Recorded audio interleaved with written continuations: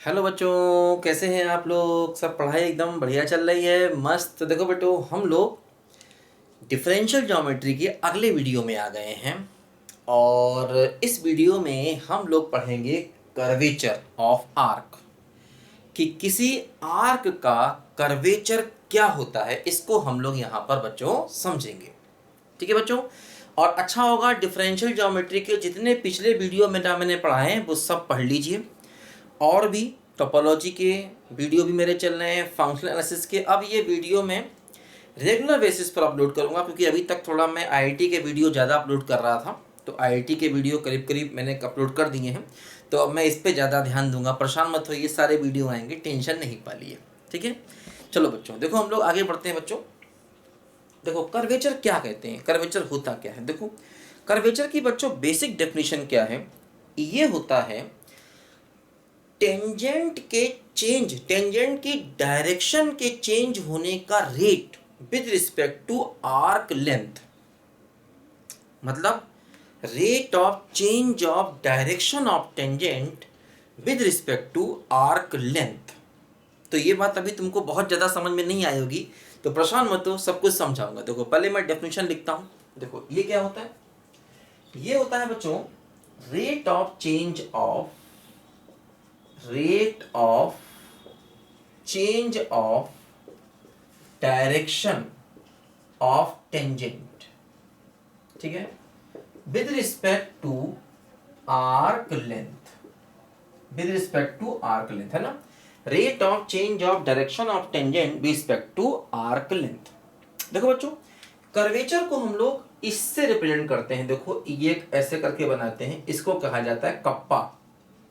ठीक है, इसको कहते हैं बच्चों कप्पा, कप्पा कहते हैं, कप्पा। ठीक है, तो ये कप्पा का सिंबल होता है, कर्वेचर का भी सिंबल यही होता है, कप्पा।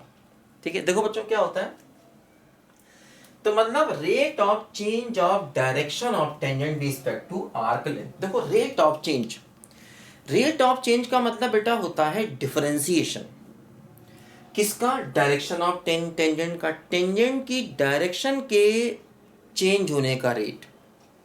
देखो इसको हम ऐसा भी कह सकते हैं, इसके कई अलग अलग मतलब मीनिंग निकल के आते हैं। ये बात देखो अभी हम प्रूव करेंगे। देखो ध्यान दो, इसको हम ऐसा भी कह सकते हैं बच्चों कि रेट ऑफ चेंज ऑफ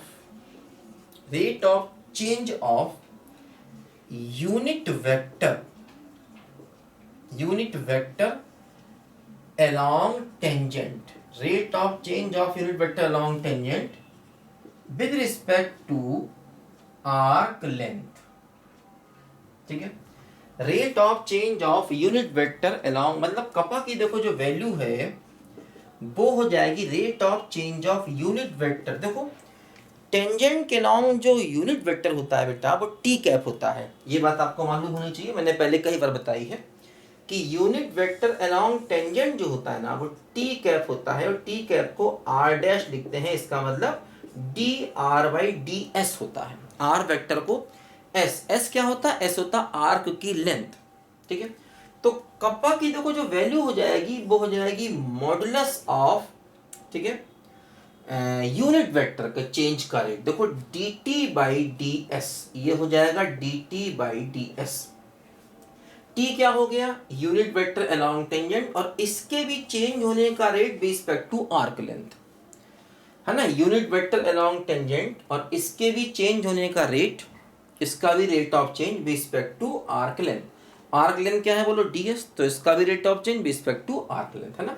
तो कप्पा की देखो जो वैल्यू होती है बेटा वो dt बाई ds, और देखो dt बाई ds को हम देखो, इसको अगर हम dt बाई ds निकालें तो ये हो जाएगा d2r by D S square, और ये हो जाएगा r डबल डैश। ठीक है, तो इसको हम बच्चों यहाँ पर देखो modulus of r double dash भी कह सकते हैं। और t का मतलब होता है r डैश, है ना। t का मतलब होता है r डैश, तो t की जगह r डैश लिख दे तो हम इसको D R dash by D S भी कह सकते हैं, क्योंकि t का मतलब ही क्या होता है बच्चों? r डैश होता है। तो टी की जगह हम आर डैश लिख सकते हैं, तो modulus of D R dash upon D S भी देखो इसको हम लोग कह सकते हैं। तो ये अच्छा देखो इसके हिसाब से देखें, ये दोनों बातें एक ही हैं, ये दोनों बातें एक ही हैं। देखो डायरेक्शन ऑफ, अब देखो इसका मतलब क्या हुआ ये भी मैं आपको बताता हूं कि इसका मतलब क्या हुआ, है ना, ये दोनों बातें सेम है। अब देखो ये बात हम यहां पर प्रूव करेंगे, इस बात को बेटा हम यहां पर प्रूव करेंगे। इसके हिसाब से चलें तो कप्पा की वैल्यू आती है D theta by D S, है ना, मतलब टेंजेंट की डायरेक्शन, तो थीटा क्या है, टेंजेंट की डायरेक्शन है, और उसका एस के रिस्पेक्ट में रेट ऑफ चेंज, एस क्या है, एस है बोलो आर्क लेंथ, आर्क लेंथ क्या होता है एस, तो थीटा क्या है, थीटा है टेंजेंट की डायरेक्शन, तो उसका आर्क लेंथ के रिस्पेक्ट में रेट ऑफ चेंज। ठीक है, तो इसके हिसाब चले तो कप्पा की जो वैल्यू आती है, देखो इसके हिसाब से कप्पा की जो वैल्यू आती है वो होती है D theta by D S. ठीक है, और यहां से कप्पा की वैल्यू ये आती है, देखो इसमें मॉडुलस क्यों लगाया, क्योंकि एक्चुअली ये सब वेक्टर क्वांटिटी है, टी जो है ना, टी ये वेक्टर क्वांटिटी है, और d T by D S भी एक वेक्टर क्वांटिटी है, तो हम उस वेक्टर का मॉडुलस लेंगे तो हमको कप्पा मिलेगा। कप्पा जो है एक स्केलर वैल्यू है, और यहाँ पर थीटा ऑलरेडी स्केलर है, इसलिए यहाँ पर मॉड की जरूरत नहीं, चाहे तो ले लो, चाहे तो ले भी सकते हैं, क्योंकि ये तो पहले से ही स्केलर है, थीटा क्या है स्केलर, है ना, और उसके रेट ऑफ चेंज। ठीक है, तो यहाँ जरूरत नहीं मॉड की, चाहे तो ले भी सकते हैं, चाहे तो ले भी सकते हैं, कोई दिक्कत नहीं, लेकिन यहाँ मॉड चाहिए क्योंकि D T by D S जो है ना ये वेक्टर की फॉर्म में आएगा, मतलब आई जे के की फॉर्म में आएगा, और उसको हमें मॉडुलस लेंगे तब हमको कप्पा की वैल्यू मिलेगी, मतलब कप्पा जो है एक स्केलर क्वांटिटी है, इस बात को समझो। और d T by D s, T क्या होता है आर डैश, आर डैश का मतलब टी क्या है, यूनिट वेक्टर अलोंग टेंजेंट, ये हमको मालूम है, जो कि आर डैश के बराबर होता है, आर डैश का मतलब D r by D S, मतलब टी कैप क्या हो गया डी आर बाई, देखो ये वेक्टर क्वांटिटी आएगा ना, क्योंकि आर क्या है वेक्टर है, और भी रिस्पेक्ट टू एस करना है differentiation, D T by D S लिखेंगे, यहाँ भी चाहे तो टी जहां भी है मतलब टी कैप है, वो टी जहां भी है वो टी कैप है, आर जहां भी है वो आर वेक्टर है, चाहे उस पर वेक्टर लगाएं चाहे ना लगाएं, ठीक है ना। तो D T by D S का मतलब हम कह सकते हैं कि इसका एस के रिस्पेक्ट में डबल डिफरेंशिएशन, या इसको आर डबल डैश भी हम कह सकते हैं। देखो अब इसी बात को हम यहाँ पर जरा प्रूफ करेंगे, देखो कैसे प्रूफ करेंगे, समझो इस बात को। देखो क्या होगा, इसको देखो प्रूव करने के लिए हम लोग इसको देखो, रिजल्ट सारे यहाँ मैं लिख देता हूँ, पहले रिजल्ट सारे मैं यहाँ लिख देता हूँ। कप्पा बराबर है D theta by D S, ठीक है, और कप्पा बराबर क्या है mod of D T by D S, या फिर mod of R double dash, या फिर mod of D R dash by D S. ठीक है, और टी क्या होता है, टी का मतलब आर डैश होता है, टी बराबर क्या होता है, टी बराबर होता है आर डैश, यानी कि D r by D S, ये मतलब होता है टी का। ठीक है ना बच्चों, तो इस तरीके से देखो हम लोग यहां पर इन चीजों को करेंगे। ठीक है, ठीक है, देखो समझो ध्यान से, देखो ये रिजल्ट कैसे आएगा इसको जरा हम यहां पर समझे, देखो ध्यान दो। देखो क्या होता है कि ओरिजिनल डेफिनेशन कप्पा की यही होती है, क्या बोलूं, ये होता है k बराबर D theta by D S, ये कप्पा की ओरिजिनल डेफिनेशन होती है। ठीक है, देखो इसमें हम क्या करते हैं, देखो यहाँ पर dt से डिवाइड और dt से कर देते हैं मल्टीप्लाई, तो d theta by d t और d T by D S. ठीक है, ऐसे। अब देखो यहाँ पर क्या बचता है, ये बचता है यहाँ पर mod of d theta by d t और d T by D s. T का मतलब वही टी कैप, टी का मतलब क्या है टी कैप, ध्यान रखना टी का मतलब ही टी कैप होता है। अब देखो ये जो वैल्यू है ना D theta by d T, ये वैल्यू 1 के बराबर आती है। कैसे आती है देखो, इसको अभी हम प्रूव करेंगे। तो ये हो जाएगा mod of D T by D S. देखो यही कप्पा की वैल्यू अभी जो हमने लिखी थी, देखो वही आ गई। तो ये और ये बराबर सेम बातें हैं, क्योंकि ये 1 है। ये कैसे 1 है इसको अभी हम प्रूव करेंगे कि D theta by d T की वैल्यू 1 कैसे आएगी, इसको अभी हम बच्चों यहाँ पर प्रूव करेंगे। समझो ध्यान से। तो ये डेफिनेशन और ये डेफिनेशन जो भी हम लिख रहे थे, देखो दोनों सेम है। कप्पा को हम D theta by D S भी कह सकते हैं और d T by D S भी कह सकते हैं, दोनों चीजें सेम है, क्योंकि D theta by d T की वैल्यू 1 है। कैसे है देखो, इसको अभी हम प्रूव करने जा रहे हैं। ठीक है ना, इस बात को जरा यहाँ पर समझो। देखो तो अगर हम ये बात प्रूव कर दें तो समझो ये दोनों चीजें आपस में बराबर हो गई। अगर हम इसको प्रूव कर दें तो समझो ये दोनों चीजें आपस में बराबर हो गई। तो हम इसको देखो अभी प्रूव करने जा रहे हैं। कैसे करते हैं देखो, वही हमें देखना है। देखो लिखो जरा बच्चों ध्यान से इसको जरा पहले। देखो इसको मिटा देते हैं सबको। देखो क्या है कि मान लो हमने यहां पर एक कर्व बनाया और यहां पर एक पॉइंट P है और P पर देखो ये हमारा जो है वो टेंजेंट का डायरेक्शन है। मान लो ऐसे करके बनाया, ऐसे मान लो बनाया हमने यहां पर। मान लो ये पॉइंट P है और ये P पर T कैप है, टेंजेंट की डायरेक्शन, और इसके पास एक पॉइंट Q है और इन दोनों का जो आर्क लेंथ है वो ds है।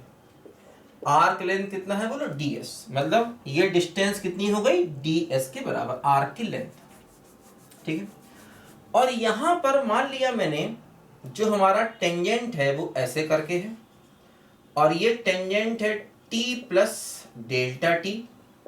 ठीक है, और देखो ये जो पुराना वाला टेंजेंट है इसकी डायरेक्शन यहां पर बनाएंगे, देखो कुछ ये ऐसे करके बनेगी। ठीक है, तो जो टी कैप है ये P point per unit vector है टेंजेंट के अलोंग, और ये क्या है बोलो, Q point per unit vector along tangent, है ना। तो टी कैप क्या है, ये है यूनिट वेक्टर along टेंजेंट, ठीक है, एट P। और देखो ये T cap plus delta T cap ये है unit vector along tangent at Q। ठीक है, T कैप है unit vector along tangent at P और T plus delta T cap क्या है, unit vector along tangent at Q। देखो तो क्या हुआ, देखो अगर हम यहां से ट्रायंगल को कंप्लीट कर दें ऐसे करके, मान लो ये पॉइंट हमारा Q है, मान लो ये पॉइंट हमारा M है और मान लो ये पॉइंट हमारा N है। तो देखो समझो यहां पर ये क्या है, ये है T प्लस डेल्टा T। तो इसका मतलब जो QM वेक्टर है ये है T प्लस डेल्टा T, ये वेक्टर, और चूंकि ये एक यूनिट वेक्टर है इसीलिए QM का जो मैग्नीट्यूड होगा यानी कि mod of T plus delta T जो होगा ये 1 होगा, क्योंकि ये एक यूनिट वेक्टर है। इसी प्रकार QN वेक्टर जो है ये हो जाएगा T कैप, और चूंकि ये भी एक यूनिट वेक्टर है इसलिए मॉडुलस ऑफ QN जो है यानी मॉडुलस ऑफ T कैप ये भी 1 होगा। ठीक है, अच्छा मान लो ये एंगल डेल थीटा है, ये एंगल क्या है, इस पॉइंट पर टेंजेंट, और देखो ये जो टेंजेंट है ना, पुरानी टेंजेंट मतलब ये डायरेक्शन, इन दोनों के बीच का एंगल, ये क्या है, नई टेंजेंट Q पॉइंट पर, और देखो ये P पॉइंट वाली टेंजेंट उसी के पैरेलल देखो मैंने ये लाइन ली है। तो नई टेंजेंट और पुरानी टेंजेंट के बीच का एंगल क्या है, डेल थीटा, क्योंकि देखो ये T कैप क्या है, इस पॉइंट का टेंजेंट, इस पॉइंट का टेंजेंट का मतलब ओल्ड टेंजेंट जो P पॉइंट पर है, और इसी के पैरेलल लाइन मैंने ये ले ली। तो मतलब ये पुरानी टेंजेंट की डायरेक्शन हो गई क्योंकि ये इसी के पैरेलल है, और ये नई टेंजेंट हो गई। तो नई टेंजेंट मतलब जो Q पॉइंट पर है, पुरानी टेंजेंट मतलब जो P पॉइंट पर है। तो डेल थीटा क्या है, डेल थीटा है कि एंगल बिटवीन टेंजेंट्स, ठीक है, at Q and at P, मतलब P पॉइंट पर टेंजेंट और Q पॉइंट पर टेंजेंट के बीच का एंगल क्या है, बोलो डेल थीटा। तो हम कह सकते हैं कि हमारा टेंजेंट इतना रोटेट कर गया, मतलब ये जो टेंजेंट यहां था, ये टेंजेंट Q पर जाते जाते इतना रोटेट कर गया, है ना। और इसी का मतलब देखो ये रोटेशन ऑफ टेंजेंट हो गया, यानी कि इस पॉइंट पर टेंजेंट ये था और इसी डायरेक्शन में देखो ये लाइन हमने यहाँ ड्रॉ की और अब नया टेंजेंट ये हो गया। तो हम कह सकते हैं कि हमारा टेंजेंट पहले ऐसा था और ऐसे से ऐसे रोटेट कर गया, मतलब ये हमारा रोटेशन ऑफ टेंजेंट हो गया, है ना। तो इसीलिए D theta by D S क्या है, कप्पा, क्योंकि rotation of tangent with respect to arc length, है ना। या ऐसा कह दो rate of change of direction of tangent with respect to arc length, यही क्या है, कप्पा। तो इसलिए del theta by del S क्या होगा, कप्पा, है ना, क्योंकि ये rate of change of direction of tangent, मतलब इतना डायरेक्शन टेंजेंट का चेंज हो गया, पहले ये डायरेक्शन था अब ये हो गया, तो डायरेक्शन में चेंज डेल थीटा के बराबर हो गया। अच्छा अब देखो जरा बच्चों यहां पर ध्यान दो, क्या होगा कि देखो जैसे इसका भी मैग्नीट्यूड 1 है, इसका भी मैग्नीट्यूड 1 है, मतलब क्यू एन की लेंथ भी 1 है और क्यू एम की लेंथ भी 1 है। तो देखो ये एक आइसोसेलेस ट्रायंगल है, देखो ध्यान दो, ये ट्रायंगल एक आइसोसेलेस ट्रायंगल है। देखो जरा हम इसको मिटा देते हैं यहां पर, देखो क्या हो रहा है, ये पॉइंट हमारा Q है, ठीक है, और ये पॉइंट हमारा M है और ये पॉइंट हमारा N है। देखो ये डेल थीटा है, इससे परपेंडिकुलर ड्रॉ करोगे तो ये इसको बाइसेक्ट करेगा, क्योंकि ये आइसोसेलेस ट्रायंगल है। आइसोसेलेस ट्रायंगल में अगर तुम वर्टेक्स से परपेंडिकुलर ड्रॉ करोगे तो अपोजिट साइड को ये बाइसेक्ट करता है हमेशा, ये एक रूल होता है। मान लो ये पॉइंट अपना क्या मान लो T मान लो, चलो देखो ये पूरा एंगल डेल थीटा था, तो ये क्या हो जाएगा, ये हो जाएगा डेल थीटा बाई 2। तो देखो इसमें अगर हम sine of del theta by 2 निकालें तो साइन क्या होता है, परपेंडिकुलर अपॉन हाइपोटेन्यूस, यानी कि QM, बात समझे, परपेंडिकुलर अपॉन हाइपोटेन्यूस। अब देखो MT क्या होगा, MN का हाफ होगा, तो MN बाई 2 और QM ऐसा लिख सकते हैं, देखो यहां पर हम लोग, ठीक है, MN बाई 2, MT क्या है, MN का हाफ होगा, और QM देखो sine of del theta by 2, मतलब परपेंडिकुलर अपॉन हाइपोटेन्यूस, क्योंकि ये एंगल 90 का है और ये इसको T पॉइंट MN का मिड पॉइंट होगा, क्योंकि परपेंडिकुलर ड्रॉ करोगे तो अपोजिट साइड को वो हमेशा बाइसेक्ट करेगा, ये बात हमको मालूम है, ठीक है। इसको लिखो जरा बच्चों ध्यान से, यहां पर देखो। अच्छा एक बात देखो और समझो, जैसे कि ये T है, ये T प्लस डेल्टा T को अगर हम NM निकालें, NM देखो NM वेक्टर क्या होगा, NM वेक्टर होगा M का वेक्टर, मतलब देखो ऐसा होता है ना बच्चों, ट्रायंगल ऑफ एडिशन वेक्टर में होता है, वेक्टर में ट्रायंगल ऑफ एडिशन ये कहता है, मान लो आपके पास एक ABC है, आपको AB चाहिए, तो अगर आपको AB चाहिए तो आप लिख सकते हो AC प्लस CB, इसे कहते हैं triangle of addition of vector. आपको कोई भी वेक्टर चाहिए है तो आप जैसे A से B जाना है तो A से C चले जाओ प्लस C से B चले जाओ। जैसे कि मान लो अगर आपको CB वेक्टर चाहिए, मान लो CB चाहिए तो C से B एक तो हो गया डायरेक्ट रास्ता, एक हो गया CA प्लस AB, तो ऐसे हम देखो यहां पर लिख सकते हैं, है ना। मान लो आपको AC वेक्टर चाहिए तो देखो A से C जाना है तो क्या होगा, AB प्लस BC, क्या होगा बोलो, ये होगा AB प्लस BC। तो मतलब हम इसी को बोलते हैं ट्रायंगल लॉ ऑफ एडिशन। देखो जैसे हमें NM वेक्टर चाहिए तो N से M जाना है तो क्या होगा, NQ प्लस QM ऐसा होगा, क्योंकि N से M जाना है तो NQ प्लस QM। अब देखो NQ जो है, QN क्या है, क्यू एन आई टी, हमें एन क्यू चाहिए तो उसका अपोजिट हो जाएगा, क्योंकि क्यू एन टी कैप पे हमें एन क्यू चाहिए तो इसका माइनस हो जाएगा, तो ये हो जाएगा माइनस का T cap plus Q M, क्या है क्यू एम है देखो टी प्लस डेल्टा टी, देखो ये टी कैंसिल हो जाएगा, तो डेल्टा टी वेक्टर आ जाएगा क्या, एनएम वेक्टर, एनएम वेक्टर ना, क्योंकि ये भी वेक्टर है, ये दोनों वेक्टर ही है, वो वेक्टर लगाया मैंने नहीं है लेकिन वो वेक्टर ही है, जहां भी टी है समझो टी वेक्टर है, तो एनएम वेक्टर आ गया। लेकिन अगर हम देखो यहाँ पर क्यू एम तो 1 है, अब देखो अगर हम एनएम का मैग्नीट्यूड देखेंगे तो ये हो जाएगा डेल्टा टी का magnitude by 2, sorry delta T का मैग्नीट्यूड हो जाएगा, है ना, अगर इसकी लेंथ देखेंगे, ठीक है।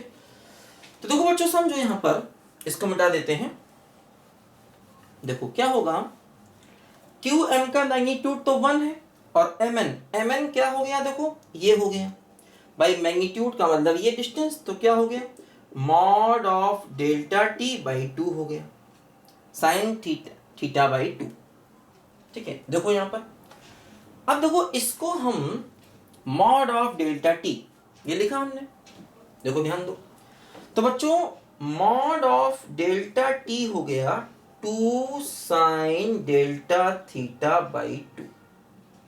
अब देखो एक काम करें, इसको डेल्टा थीटा के मॉडुलस से डिवाइड कर दें और इसको भी डेल्टा थीटा के मॉडुलस से डिवाइड कर दें, है ना, बात समझे। मॉडुलस मतलब वो पॉजिटिव है तो चाहे तो मॉड हटा सकते हैं क्योंकि डेल्टा थीटा पॉजिटिव है, ये मान के चल रहे हैं, तो मान लो अच्छा डेल्टा टी भी पॉजिटिव है, ये मान के चल रहे हैं, तो मान लो खाली डेल्टा टी लिख लें, तो डेल्टा टी मतलब इसको हम खाली डेल्टा टी लिख देते हैं, मॉडुलस मत लगाएं बार बार, तो डेल्टा टी की देखो, डेल्टा टी की वैल्यू देखो यहाँ से ये हो जाएगी, तो डेल्टा टी की जो वैल्यू है देखो ये हो जाएगी, ये 2 इधर मल्टीप्लाई कर दोगे तो डेल्टा टी की वैल्यू देखो यहाँ से ऐसे हो जाएगी ये, है ना। अब देखो हम क्या करें, डेल्टा टी को डेल्टा थीटा से डिवाइड कर दें तो ये 2 यहाँ आ जाएगा, ठीक है, 2 टाइम दिस, है डेल्टा टी की वैल्यू 2 टाइम दिस हो जाएगी, तो देखो इसको डिवाइड करो तो 2 sign delta theta by 2 upon delta theta. अब देखो ये 2 को ले आए नीचे, ये जो 2 था ना डेल्टा थीटा से डिवाइड किया हमने, भाई डेल्टा टी की वैल्यू 2 टाइम दिस हो गई ना, डेल्टा टी की वैल्यू 2 टाइम दिस हो गई, इसको डेल्टा टी से डिवाइड किया मतलब डेल्टा थीटा से इसको हमने दोनों तरफ डिवाइड कर दिया तो ये आ गया। अब देखो इसके बाद अगर हम चाहें तो 2 को नीचे ला सकते हैं, तो देखो ये 2 को नीचे ला सकते हैं ऐसे। अब सोचो ये आपने पढ़ा होगा, अगर हम इसमें लिमिट लगा दें, समझे, देखो अगर हम इसमें लिमिट लगा दें, देखो ये limit delta theta tending to 0 और delta T by delta theta, तो इधर भी लिमिट लग जाएगी, तो हो जाएगा limit delta theta tending to 0, ये हो गया sine delta theta by 2 divide by delta theta by 2। अब देखो ये तुमने पढ़ा होगा लिमिट का छोटा सा रूल कि साइन थीटा बाई थीटा की वैल्यू 1 होती है अगर थीटा टेंडिंग टू 0 है तो, ये तुमने रूल पढ़ा होगा लिमिट का, है ना, साइन थीटा टेंडिंग टू 0, तो देखो इस पूरे की वैल्यू 1 हो जाएगी, ये 1 हो जाएगी, तो देखो अच्छा इसी को क्या कहते हैं, इसी को कहते हैं D T by D theta की वैल्यू कितनी हो गई 1, यही हो गया डी टी बाई, देखो ऐसा होता ना D Y by D X, ये होता है limit delta X tending to 0 del Y by del X, ये लिमिट ये अपना डिफरेंशिएशन की डेफिनेशन होती है। तो उसी प्रकार delta theta tending to 0 delta T by delta theta को हम D T by D theta लिख सकते हैं, और ये वैल्यू 1 होगी क्योंकि देखो ऊपर साइन डेल्टा थीटा बाई 2 है और नीचे भी डेल्टा थीटा बाई 2 है और डेल्टा थीटा टेंडिंग टू 0 है। हमने क्या किया, इसी में दोनों तरफ लिमिट अप्लाई कर दिया, डेल्टा थीटा टेंडिंग टू 0 दोनों तरफ हमने इसमें लिमिट को अप्लाई कर दिया, तो इससे ये वाली पूरी वैल्यू क्या हो गई 1, और इसको क्या लिख सकते हैं, इसको लिख सकते हैं D T by D theta. तो यहां से प्रूव हो गया कि D T by D theta की वैल्यू 1 है, या मॉडुलस कह लो, चलो मॉडुलस भी कह सकते हैं, एक ही बात है। तो यही रिजल्ट देखो हमें प्रूव करना था, और अगर ये रिजल्ट हमने प्रूव कर दिया इसका मतलब जो कप्पा की वैल्यू थी वो इसके बराबर होगी या इसके बराबर भी हो सकती है ना, इस बात को याद समझो। तो इसका मैग्नीट्यूड देखो 1 के बराबर हो गया। चाहे तो मॉडुलस भी लगा सकते हैं, क्योंकि ये एक पॉजिटिव वैल्यू है और पॉजिटिव वैल्यू का मॉडुलस क्या होता है, उसी के बराबर होता है। तो ये बच्चों एक इम्पॉर्टेंट रिजल्ट है जो हमें याद रखना है कि कप्पा की वैल्यू ये भी है, ये भी है, ये भी है, ये भी है। टी का मतलब आर डैश यानी d r by D s, और d theta by d t का मॉड हमेशा 1 होता है। कैसे होता है देखो, हमने ये प्रूव किया, क्योंकि इसी का यूज करके हम इसको इसके बराबर लाए थे, हमने देखा था। तो अगर हम इसकी वैल्यू 1 प्रूव कर दें तो ये और ये आपस में क्या हो जाएंगे, बराबर हो जाएंगे। ये एक इम्पॉर्टेंट रिजल्ट है। अगर आप एमएससी कर रहे हैं और आपके सिलेबस में डिफरेंशियल ज्योमेट्री है तो ये रिजल्ट बहुत इंपॉर्टेंट है, आपसे प्रूव करने को भी ये पूछा जा सकता है, समझो ध्यान से। ठीक है बच्चों, तो ये हमने कर्वेचर के बारे में देखा। तो कर्वेचर का मतलब होता है कप्पा। इस बात को लिखो जरा बच्चों ध्यान से। अच्छा, अब देखो छोटी सी बात एक और पढ़ लो। एक होता है रेडियस ऑफ कर्वेचर, उसको कहते हैं रो, जो कि कप्पा का उल्टा होता है। देखो, एक होता है radius of curvature. Radius of curvature जो है बच्चों, देखो रेडियस ऑफ कर्वेचर ये रो होता है और इसकी वैल्यू 1 अपॉन कप्पा होती है। ठीक है, 1 अपॉन कप्पा। तो 1 अपॉन कप्पा इसकी वैल्यू होती है। रेडियस ऑफ कर्वेचर की वैल्यू 1 अपॉन कप्पा होती है। कप्पा का मतलब क्या हो गया, कर्वेचर। ठीक है, कर्वेचर का मतलब ऐसा भी कह सकते हैं, ऐसा भी कह सकते हैं, ऐसा ऐसा कुछ भी कह सकते हैं। ठीक है बच्चों, तो ये बेटा आज हमने जो पढ़ा है ये काफ़ी इंपॉर्टेंट है। अभी इस पर बेस्ड मैं क्वेश्चन भी कराऊंगा, लेकिन इसका प्रूफ जो हमने आज किया है ये काफ़ी इंपॉर्टेंट है और रिजल्ट हमेशा हमको दिमाग में रखने पड़ेंगे, क्योंकि इनकी ज़रूरत हमेशा बेटा हमको पड़ेगी।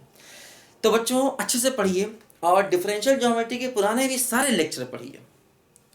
अच्छा, एक बात देखो और समझ लो छोटी सी, यहाँ पर एक बात थोड़ी सी देखो रहेगा, इसको ही पढ़ा देते हैं। देखो बच्चों ध्यान दो जरा, ये हमने रिजल्ट पढ़े, इसको लिखो जरा ध्यान से बच्चों। ये हमने पढ़ा, देखो इसको लिखो जरा ध्यान से बच्चों। यहां पर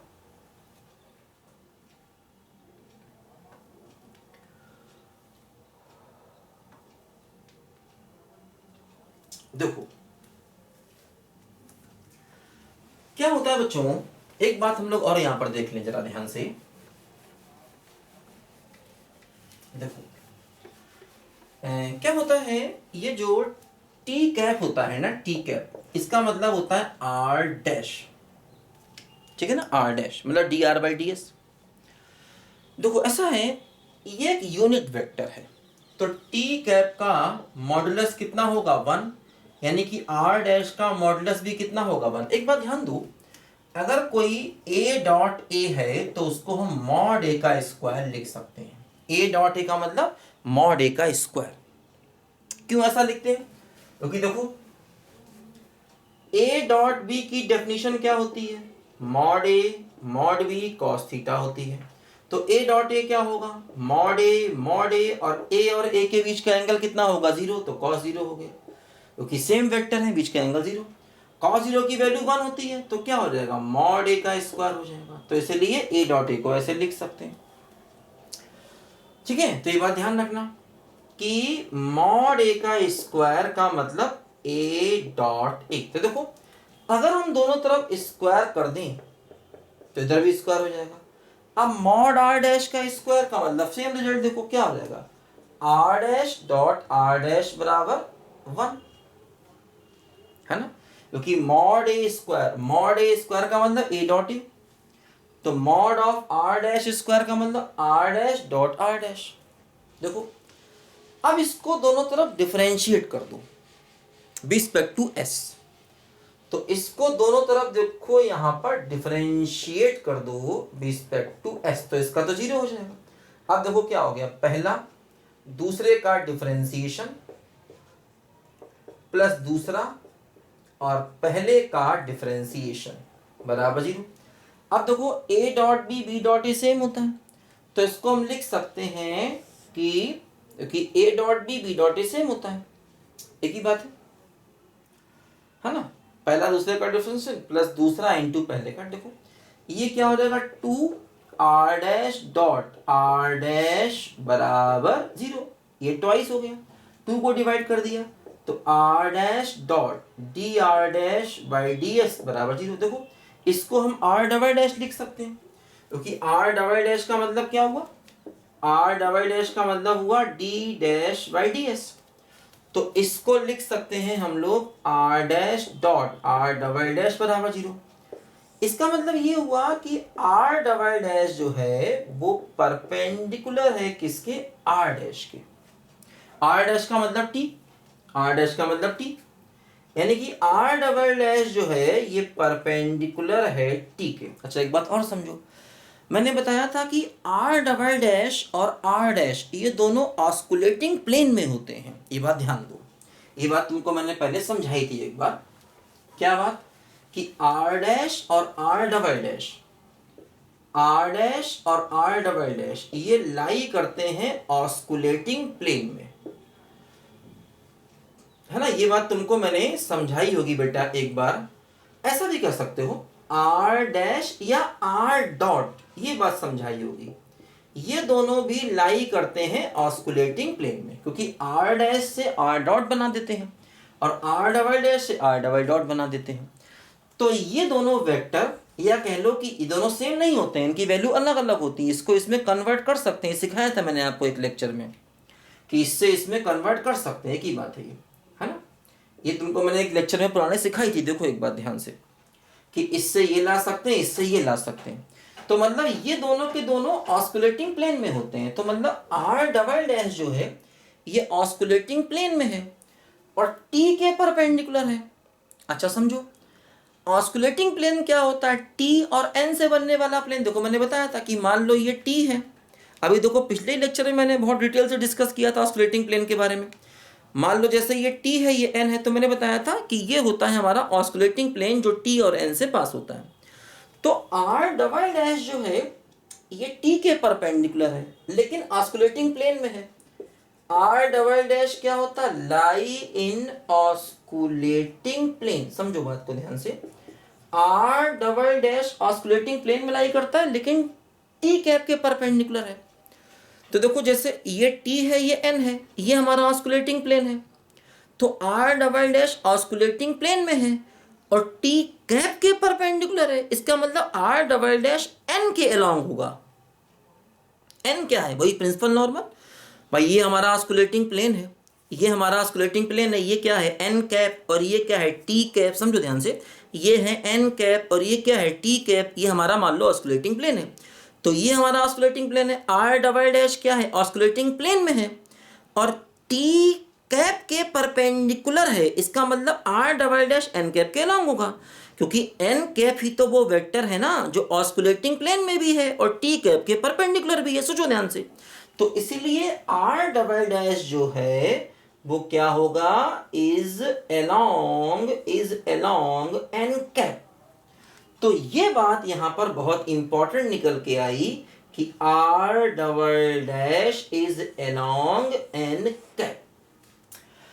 और अभी जो हमने प्रूव किया था कि हमारा जो modulus of R double dash होता है ये कप्पा के बराबर होता है। तो आर डबल डैश का मॉडुलस कप्पा के बराबर है और वो एन कैप के अलोंग है।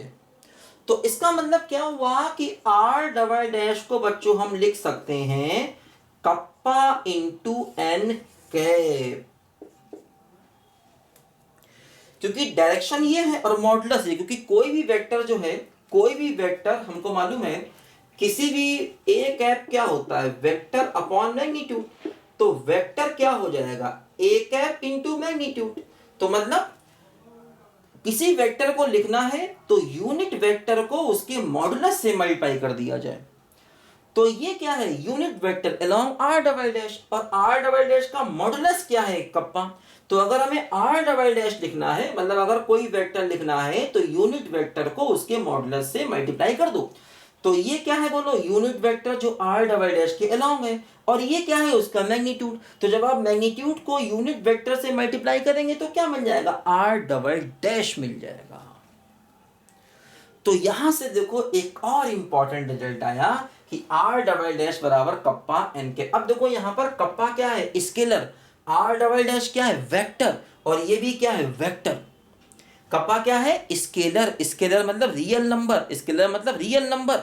ये क्या है, वेक्टर, और ये भी क्या है, वेक्टर। तो ये भी देखो एक इंपॉर्टेंट रिजल्ट यहाँ से निकल के आया है बच्चों, है ना, बहुत इंपॉर्टेंट। तो ये बात यहाँ पर ध्यान देनी है। तो हमने कहा चलो साथ साथ ये भी बता देते हैं आपको, ये क्यों छोड़ें। ठीक है बच्चों, तो इस वीडियो में हमने काफ़ी बातें इंपॉर्टेंट सीखी, और पिछले वीडियो में भी हमने बहुत इंपॉर्टेंट बातें बेटा सीखी थी। तो अच्छे से पढ़िए। अब मैं रेगुलर बेसिस पर मतलब हायर मैथमेटिक्स का मतलब बीएससी मैथ्स के वीडियो बनाऊंगा। जो बच्चे लगातार हमें मैसेज कर रहे थे, कमेंट कर रहे थे कि सर रियल के वीडियो बनाइए, सर कॉम्प्लेक्स के बनाइए, सर टोपोलॉजी के बनाइए, सर डिफरेंशियल ज्योमेट्री के बनाइए, सर फंक्शनल के बनाइए, कई बच्चे कहते हैं सर मैकेनिक्स के बनाइए, कई बच्चे कहते हैं प्रोबेबिलिटी के बनाइए, सबके बनाऊंगा, परेशान मत हो। बीएससी मैथ्स के वीडियो अपलोड करूँगा, कोशिश करूँगा कि काफ़ी सारे वीडियो मैं अपलोड कर दूँ इस साल के लास्ट तक, जिससे बच्चों को हेल्प मिल जाए। क्योंकि अगर हम कुछ बेसिक बातें सीख जाएं तो फिर आगे खुद भी समझने लगते हैं बहुत सी चीज़ें, है ना। लेकिन बेसिक क्लियर होना बहुत ज़रूरी होता है बच्चों।